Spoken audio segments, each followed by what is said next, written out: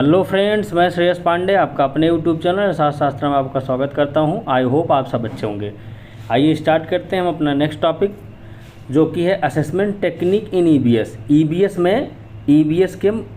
में मूल्यांकन की विधियां, यानी ईबीएस में कौन कौन सी मूल्यांकन की विधियां होती हैं उसको हम देखेंगे। ठीक है, जैसे कि मैं आपको बता दूं कि हम लोग सीटेट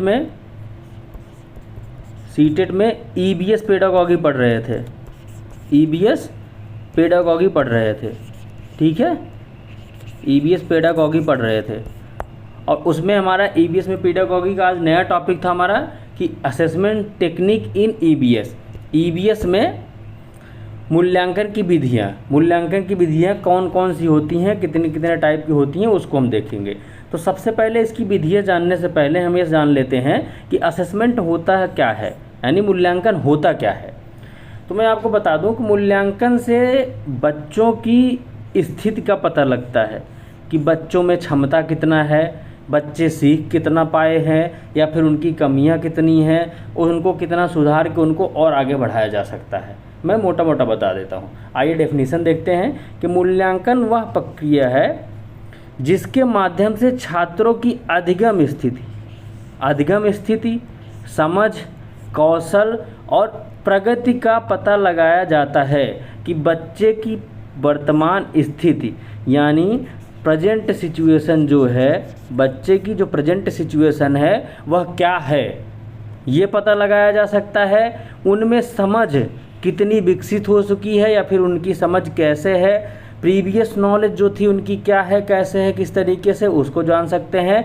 उनमें कौशल, जो उनकी प्रतिभा है, ठीक है, उनमें कौशल कितना है, कितनी क्षमता है उनकी, कि तेज़ सीखने की या फिर धीमा सीखने की, या बहुत बच्चे ऐसे बैकग्राउंड से आते हैं जिनमें डरने की प्रवृत्ति होती है, फ्रंट पे नहीं बोल सकते हैं, समझ नहीं सकते हैं, बहुत आराम से समझते हैं, या फिर कोई बच्चे पढ़ने में रुचि नहीं रखते हैं तो उनको और लर्निंग प्रिंसिपल या फिर कौन सी विधियों से उनको पढ़ा सकते हैं, ठीक है। और उनकी सारी प्रगति का पता लगाया जाता है, बच्चा कितनी प्रगति कर सकता है, ठीक है। और यह क्यों किया जाता है? ताकि शिक्षण बेहतर बनाया जा सके, ठीक है, और बच्चों को आगे बढ़ने में मदद मिले, ताकि शिक्षण ताकि बेहतर बनाया जा सके और बच्चों को आगे बढ़ने में मदद मिलता है, बच्चे का विकास होता है, इसलिए किया जाता है। समझ गए कि उनकी स्थिति पता लगाना, उनमें समझ का विकास करना, किस तरीके से बच्चा समझ सकता है, उनमें कौन कौन से कौशल हैं, प्रीवियस एक्सपीरियंसेस क्या है, उनकी कमियां क्या है और किस में ज़्यादा अच्छा कर सकते हैं, वो सारी चीज़ का जो होता है कहाँ पे होता है? मूल्यांकन में, ठीक है। Assessment is the process of collecting information about student learning, ठीक है, understanding skills, progress to improve teaching and guide future learning, यानी उनके भविष्य के शिक्षण में मदद करता है, ठीक है। आइए हम नेक्स्ट स्टार्ट करते हैं।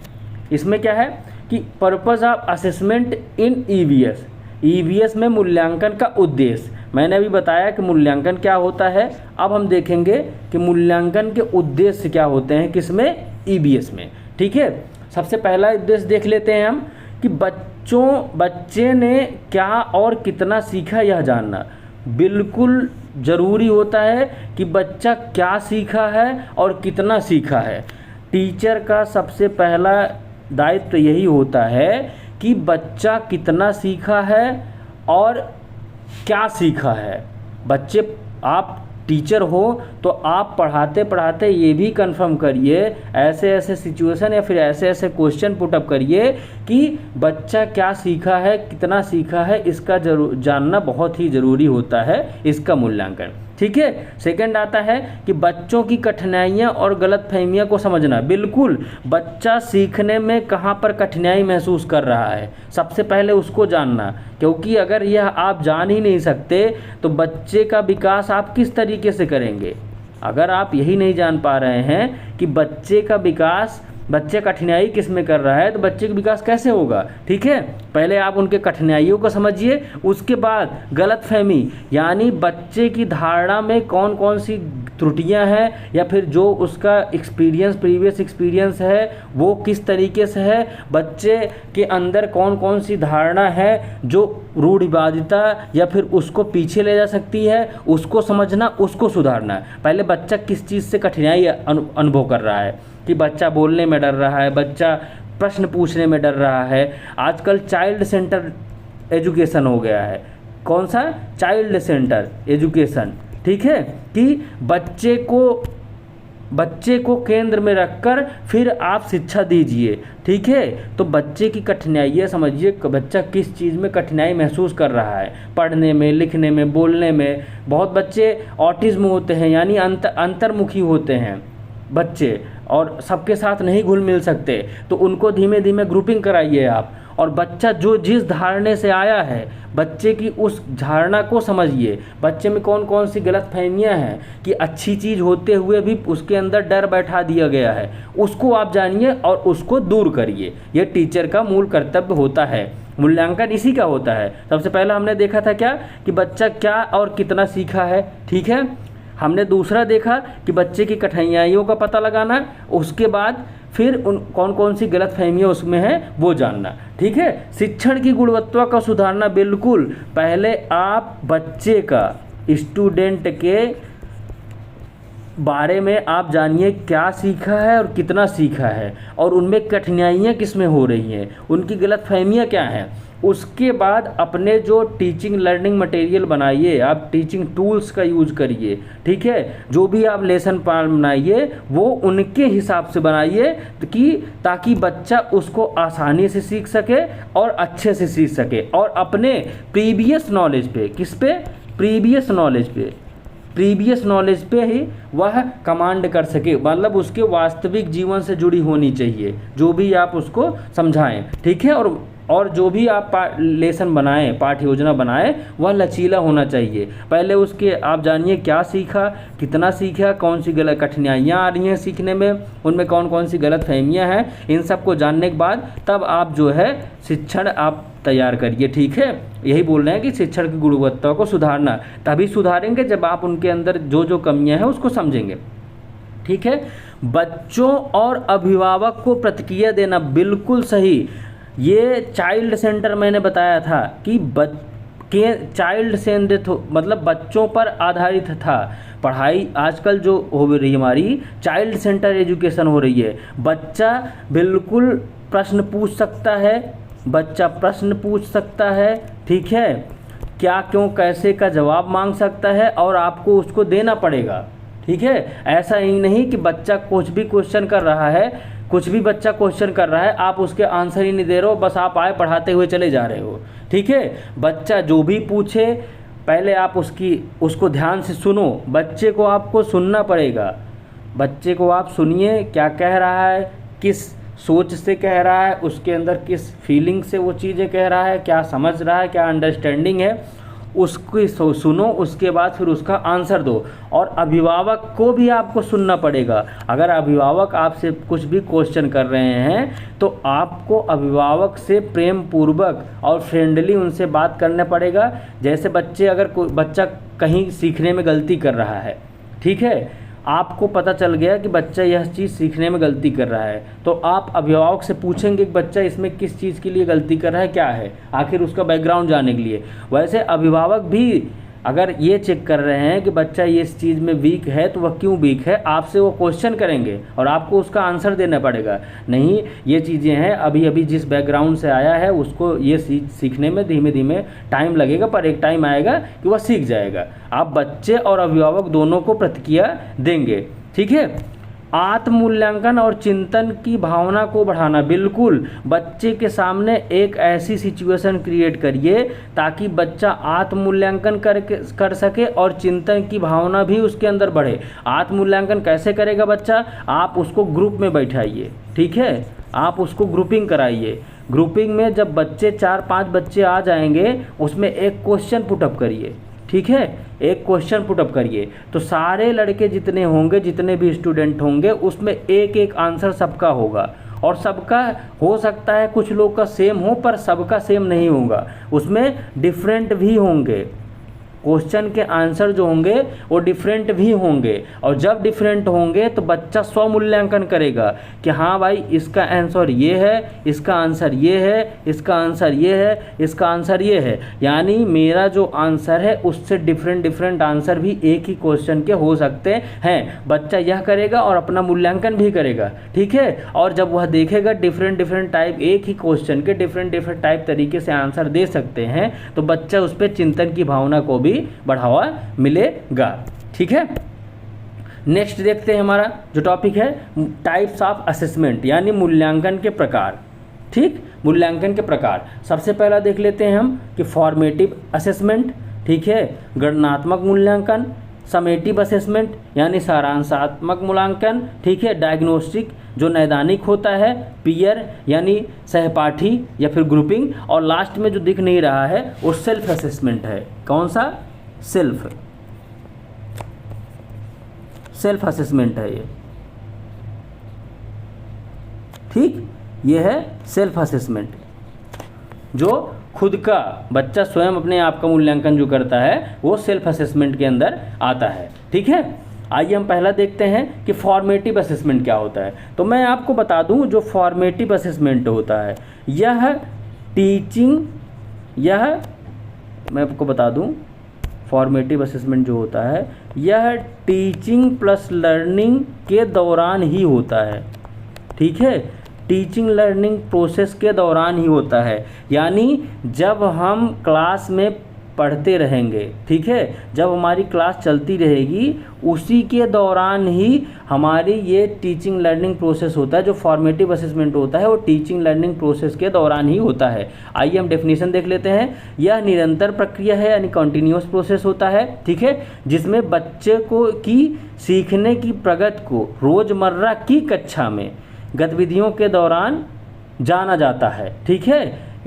समझ गए ना कि मतलब जब भी आपकी क्लास चल रही है उसी में ही आपका यह असेसमेंट होगा कि आप जो टॉपिक मैं पढ़ाने जा रहा हूँ, जैसे मैं किसी टॉपिक पढ़ाने जा रहा हूँ, ठीक है, अब उसके जैसे मैं थीम जल का स्टार्ट कर रहा हूँ, ठीक है, मेरा जो टॉपिक है थीम जल है, ठीक है। अब मैं पूछूंगा कि आप जल के बारे में क्या क्या जानते हैं, ठीक है, आप जल के बारे में क्या क्या जानते हैं और जल प्रदूषण किस तरीके से होता है, उसका संरक्षण किस तरीके से किया जा सकता है, ठीक है। तो बच्चा बताएगा कुछ न कुछ, तो बच्चा बताएगा, आप उससे ये पता लगा लेंगे कि उसका प्रीवियस नॉलेज क्या है। फिर जैसे ही आपका टॉपिक ख़त्म हो तब फिर आप उससे क्वेश्चन पुटअप करिए कि बच्चों बताओ कि आपने आज क्या क्या सीखा। तो ये जो प्रोसेस होगा ये फॉर्मेटिव असेसमेंट यानी टीचिंग लर्निंग प्रोसेस के दौरान होता है। लेकिन सेकंड जो समेटिव असेसमेंट होता है यह टीचिंग लर्निंग प्रोसेस के बाद में होता है, यह टीचिंग लर्निंग प्रोसेस के बाद में होता है। जैसे वार्षिक परीक्षाएं जो कराई जाती हैं, ठीक है, यह क्लास जब ख़त्म हो जाता है हमारा पेपर, जो वार्षिक परीक्षाएं होती हैं, जैसे यह किसी अवधि के अंत में किया जाता है, जैसे वार्षिक परीक्षा, ताकि यह देखा जा सके कि बच्चे ने कुल मिलाकर क्या सीखा, और उसमें क्या होता है कि बच्चे ने क्या सीखा। और इन दोनों में मैं बता दूं कि समेटिव असेसमेंट से अच्छा फॉर्मेटिव असेसमेंट होता है, जो कि हमारी एजुकेशन पॉलिसी मानती है कि समेटिव असेसमेंट से बेटर होता है फॉर्मेटिव असेसमेंट। मैं आप सबको ये नॉलेज के लिए बता देता हूँ, ठीक है। हमने जान लिया कि फॉर्मेटिव असेसमेंट क्या होता है, टीचिंग लर्निंग प्रोसेस के दौरान होता है, और समेटिव असेसमेंट जो होता है और टीचिंग लर्निंग के लास्ट में होता है, यानी वार्षिक परीक्षा जैसे होती है जो साल के अंत में कराई जाती है, और यह पढ़ाने के दौरान ही होता है, ठीक है। नेक्स्ट देख लेते हैं डायग्नोसिस असेसमेंट। डायग्नोसिस से सीधे पता चल जाता है किसी चीज़ का निदान। एक होता है डायग्नोस और दूसरा होता है रेमेडियल, यानी इसका मतलब होता है उपचारात्मक,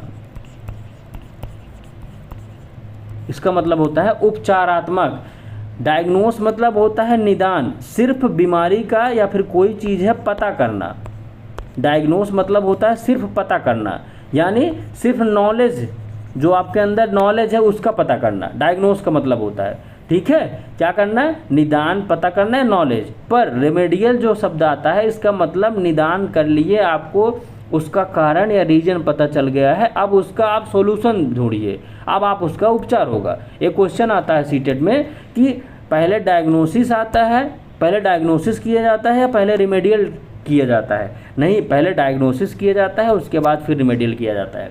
आइए हम देख लेते हैं क्या है कि यह तब तक किया जाता है जब तक यह समझना हो कि बच्चा क्यों नहीं सीख पा रहा है। मैंने बताया ना कि कारण का पता लगाना, यानी रीजन क्या है, यह तब किया जाता है जब तक यह समझना हो कि बच्चे क्यों नहीं सीख पा रहे हैं, बच्चे किस लिए नहीं सीख पा रहे हैं, उसका रीजन क्या है। ठीक है, बच्चे क्यों नहीं सीख पा रहे हैं, उसका रीजन क्या है, इसका पता लगाना किस में होता है? डायग्नोसिस असेसमेंट में।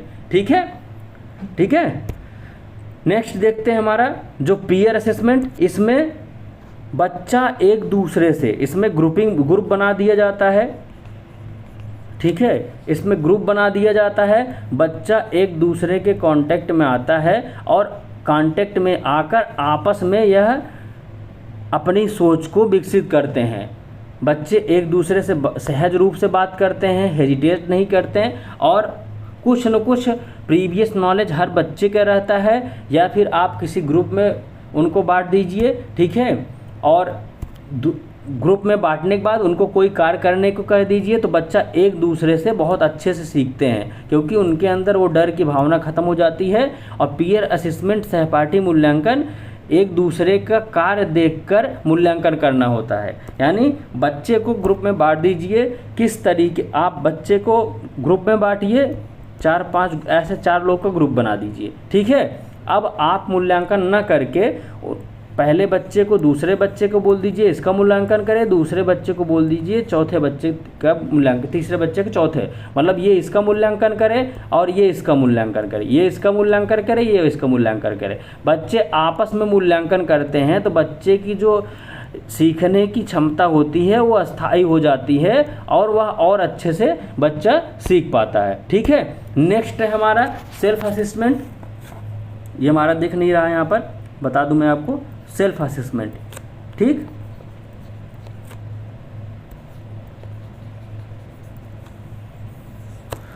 सेल्फ असेसमेंट जिसमें बच्चा स्वयं अपने कार्यों का मूल्यांकन करता है, यानी बच्चे ने क्या सीखा है, बच्चे ने क्या सीखा है और कितना सीखा है, और अभी वह उसको कितना सीखना बाकी है, यह सेल्फ असेसमेंट यानी बच्चा खुद जब मूल्यांकन करता है उसमें आता है। ठीक है, आप कोई भी एक क्वेश्चन दे दीजिए और उससे आंसर कीजिए कि आप इस क्वेश्चन का आंसर अपने कॉपी में लिखिए।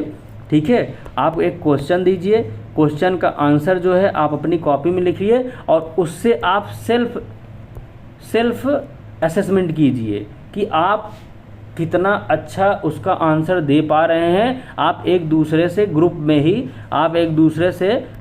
ही उसकी तुलना कीजिए, कौन से आंसर सही है, कौन ज़्यादा बेटर है और किस तरीके से आंसर उसका दिया जा सकता है, या फिर जो भी क्वेश्चन दिए गए हैं वह आपको आते भी हैं या नहीं आते हैं, तो आपका खुद का मूल्यांकन खुद से हो जाएगा। ठीक है, अब हम अगला टॉपिक देखेंगे नेक्स्ट क्लास में।